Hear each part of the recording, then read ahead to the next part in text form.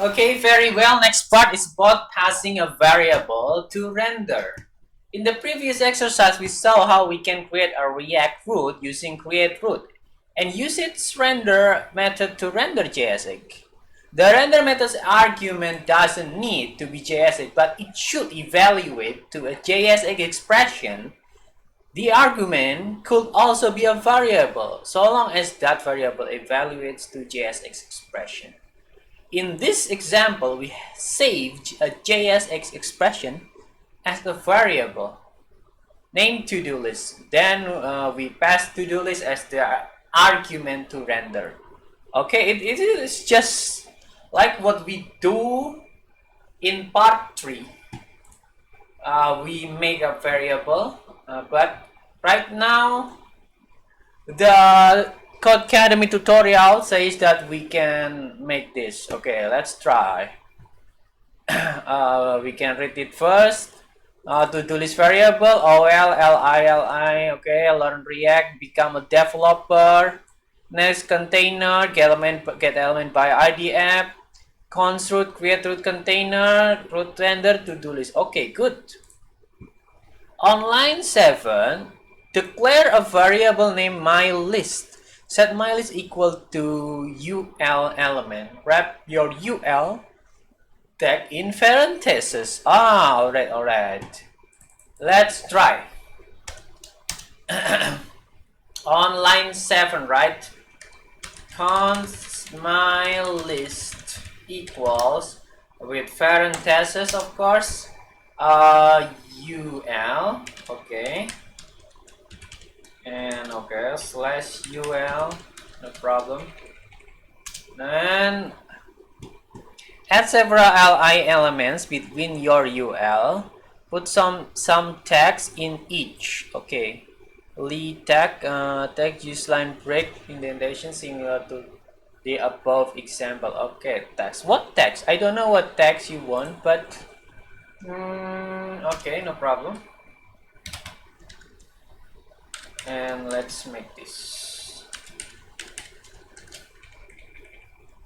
my text is awesome.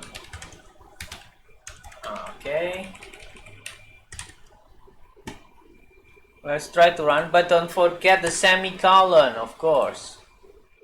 Okay, good, it's no problem. And what about another li? I want to make another li, another text li. Okay, let's run. What? I want to go in. We should be stuck with the root. Okay. At the bottom of the file, use root and call it render. Okay. Okay. Root dot render render argument my list. Let's try this. Hey, close. Run. Okay, green. I think it's super easy. Root dot render, root create root container. Okay, root render blah blah blah blah. Okay, it's almost the same as the course before. Look at this, the number 11. Where is it anyway? Root render hello. Okay, am I right? Next.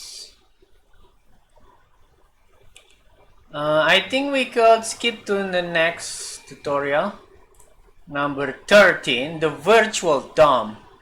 One special thing about a React Roots render method is that it only updates DOM elements that have changed. That means if you render the exact same thing twice in a row, the second render will do nothing. Am I right? For example, const hello document, get element by ID app. Okay, let's talk about the second line. It won't do anything because it's the same, right?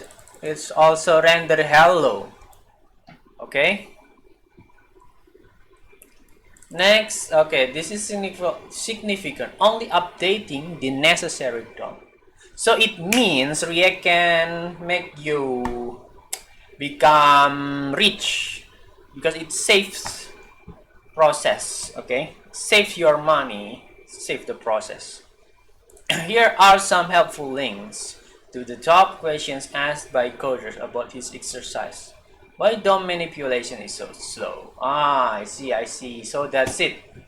Because they render every time, each time, even if there is no change, they render. But in React, it is not going to render, not something that has not been changed. If you don't change anything, it won't render anything. Okay, next. Congratulations, you've learned to create and render JS8 elements. This is the first step forward, becoming fluent in React. In this lesson, we learned that React is a modular, scalable, flexible, and popular front-end framework. Huh? What?